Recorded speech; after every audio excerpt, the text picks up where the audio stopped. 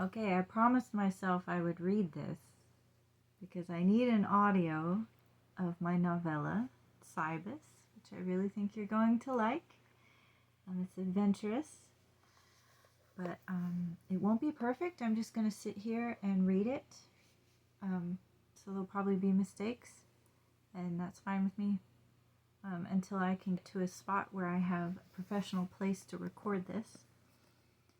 I don't normally wear my hair like this. I woke up, or I didn't wake up, but I washed my hair and I got lots of curls today. I have a natural wavy hair, but today was curl mania. It's very humid in Kentucky today. So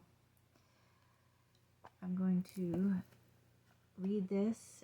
That is my initials, and I tried to make my own neon back there, which I learned on YouTube. But it says Ella. That's Erin L. Adams. So let's get started on this adventurous journey.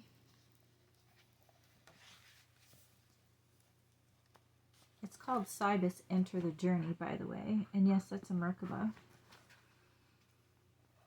Chapter 1 is Elora McNeil from the Mountain. It's loosely based on my biography, but it's mainly fiction. Elora McNeil from the Mountain, Chapter 1. As Elora stepped out of her dad's old reliable truck, she immediately noticed a heightened sound in the city. It wasn't her first time here, but she heard a booming difference. "Just make the delivery and come straight back, honey. I won't be in the hardware store that long," her dad said, in his wise, softer tone. "I know, so I'm safe," she replied with her signature half-smile. Elora was sweet. That's just how her smile was. These trips with her father were moments of joy for Elora.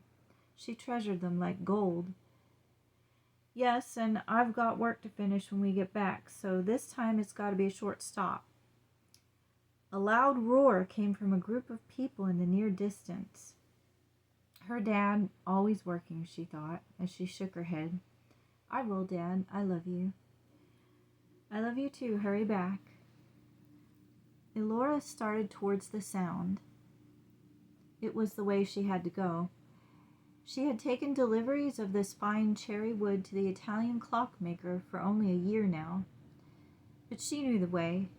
As she rounded the corner, she discovered what the sound was. A stickball game was going on. Maybe she could watch for just a few minutes. Lorenzo was trying to hurry with his invention in hand, and Tommy came running up beside him, almost shouting in his boisterous old-town slang, "Hey, hey, hey, didn't you hear me back there?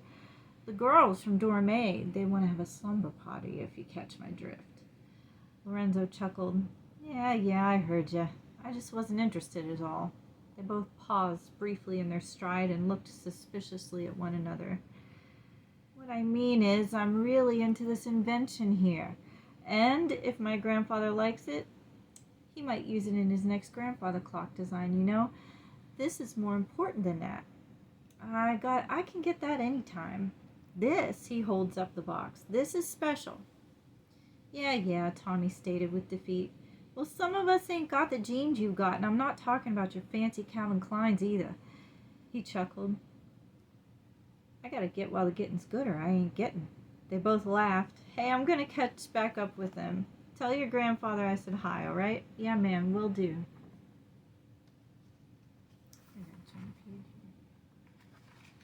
As Lorenzo came up to his grandfather's street, he was blocked by the stickball game.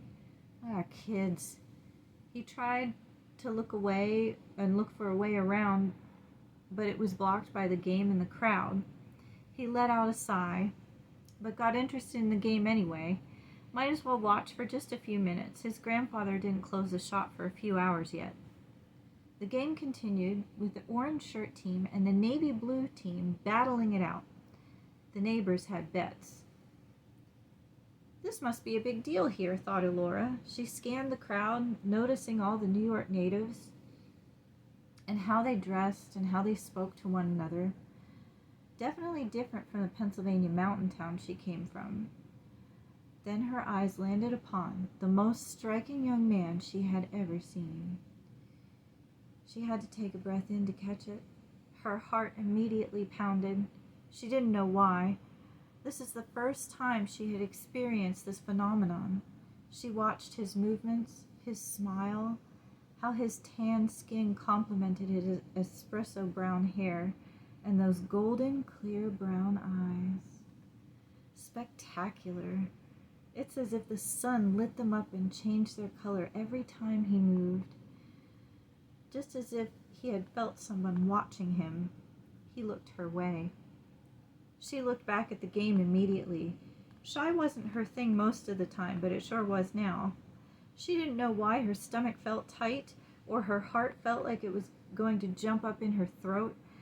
She glanced back to see if he was still looking. A wooden box. He was holding it fairly tightly, almost guarding it. One of the players yelled loudly, which made Elora look back towards the game. They had botched a play or a foul or something. She missed it when she was looking at the dreamy man. A portly preteen in the crowd wasn't watching the argument. The kid was looking down the crowd. Her eyes followed. He was staring at Mr. Dreamy's box. The stickball argument became louder and more intense. Elora watched the husky fellow's eyes darting quickly to the game and back to the box. What is he up to, she wondered. A fight broke out, which looked more like football now than it did baseball or stickball. The players were now throwing the ball at one another, each team trying to get it, screaming at one another, some tackling each other. Then she saw it. Pudgy darted toward the dreamboat. He snatched the box in a swifter move than Elora thought his stature was capable of. Handsome Man took off after him, and to her surprise, so did Elora. The backpack with the cherry wood in it proved a little too much to run with. She slowed to a stop. The police had now shown up to clear the crowd. Yeah, she had better get this delivery done and back to her dad. She took one last look as her man disappeared down the street, running after the thief. God, she sighed, saying a little prayer, hoping to see him again. She turned and headed to the clock shop. Damn. If he wouldn't have been eyeing that pretty quiet girl with the gorgeous light brown hair and serious look in her green hazel eyes, he'd have seen this piece of blank kid coming. Lorenzo chased him in the opposite direction of the clock shop, dodging city obstacles left and right. For a pudgy kid, he moves like a running back. Lorenzo was stalled one too many times from the kid's twists and turns, his locked gaze on his box getting further and further away. He slowed down when he realized there was no catching up at this point. Damn! Lorenzo smashed his fists in frustration on the top of a blue mailbox next to him. Damn, damn, damn! Elora, Devon shouted as he ran something up to her. The sun was just before setting and streaming down through many trees. Rays of light were catching the daisies and wildflowers in the clearing she was working in. She turned from heaving firewood into the wheelbarrow as she saw her younger brother running towards her with the envelope. You got a letter from Cy. I snagged it before Mom could. Elora grinned, wiping her forehead, then her hands. She took the letter. Thank you, Devon. She spun around to sit on a log so she could read it. Elora's mother had grown increasingly jealous of her friendship with Cy, as she did with anyone Elora attempted to get close to. Her mother came across as never happy with anything and jealous of everything. Amid this, other terrors she had done to Elora behind closed doors when no one else was near made Elora very much aware that her mother was exhibiting learned behavior from her past. Either that, or had many deep things she had not dealt with herself. Unfortunately, it came out on Elora. She tried to show love to her mother, but it was rarely returned. The only way Elora could understand it is that her mother had a strange way of showing love. Thankfully, Elora was glad for the brief times with her father, or that her father and her had together. They were alike, and he was the only one she felt she could fully trust and talk to. though Cy had earned her trust, and Devin mostly. Devin! Her mother yelled from the old house. Come in here, I need you to get something down from the top cabinet. Geez, I didn't even get to talk to you yet, Elora exhaled. Yeah, there's a step stool in the kitchen. We'll chat later, Elora, said Devin as he turned and sauntered back to the house. Devin didn't understand their mother either, but he knew if he did whatever she wanted, that most of the time he would get whatever he wanted, and that was enough for him. Cy and Elora had been writing to each other since the end of first grade, when they could barely write at all. Their teachers were sisters. One lived on the west coast, where Cy lives, and one lived on the east coast, where Elora lives. The sisters thought it would be fun to have their students be pen pals and learn how other people live. Though some years the letters were few and far between, Elora and Cy managed to keep their friendship going into high school. In fact, they were both about to graduate next year. Jamestown on the mountain wasn't as exciting to write about as California was.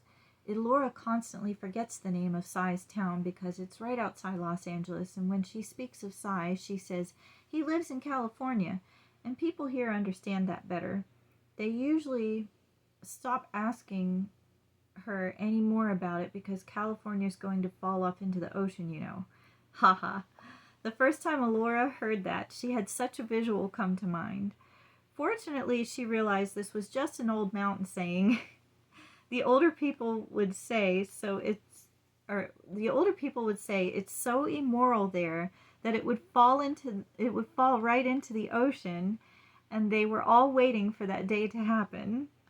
Elora assumed this may have been their way to keep their offspring from leaving. Cy has always, usually, been polite to Elora, though. He talks on her level about science, history, mysteries, puzzles, subjects which stimulate her already speedy brain. He says he can't talk to girls where he lives about such things, and Elora agreed. She found most boys who watched her blossom here are relatively interested in getting as far as they can with her, which wasn't far, rather than actually getting to know her. Since Cy and Elora have gotten older, they have even talked on the phone a few times, and one time Elora was invited to vacation with them when Cy's mother brought him to Ocean City. She stopped to pick Elora up. That was the first time they met in person and the last time they saw each other in person. Cy assured he would come again, though. His letter was full of his usual stories. They make Elora laugh. She tries to be just as witty as him, but there is a heaviness about her heart most of the times. So it's difficult, but he can always get her to brighten up. Hey, Bess. I'm sorry it's been a while since my last letter. Summer fun with the boys, you know, haha. So, we're back at it for our last year. Are you ready? I'm looking at colleges in New York. I told you I was coming back. I was supposed to decide on a major this summer. What with all the beaches, beauties, and b-ball, who had time? What do you think? I'm down to 2. Oceanography or historic architecture restoration. That reminds me, did you have any time to research the tunnels that I told you about? We need to put that on our list of adventures to come. I know you said you'd be helping your dad with his side business. It must be awesome to use his tools for these little wooden things you send me. My dad doesn't have tools. Make something cool this time. Chelsea laughed at my letter opener. Or maybe it was Sandra. She said those are for old folks, and I honestly dig it, but I'm not taking it out of my room anymore. I hope the seashell didn't break this time. I know a few have over the years, but I try to pick the sturdy ones. God, I took just a few minutes to write to you, and our phone is going bananas. There's a big bonfire this evening. People are probably wanting to know what time I'm coming. Did you get to have any fun at all this summer? I promise one day it won't be that way. We'll have a ton of adventures, you bet. Later, Gator. Sigh. He had called her Bess since he had learned her middle name was Elizabeth, as her grandmother's was. She found it odd that every other human being she knows calls her by her first name, but that was Cy. Oh, he would probably stop if she told him that she found it odd, but she'd rather just let him be him. It's his nature. You can't tell Cy not to do anything.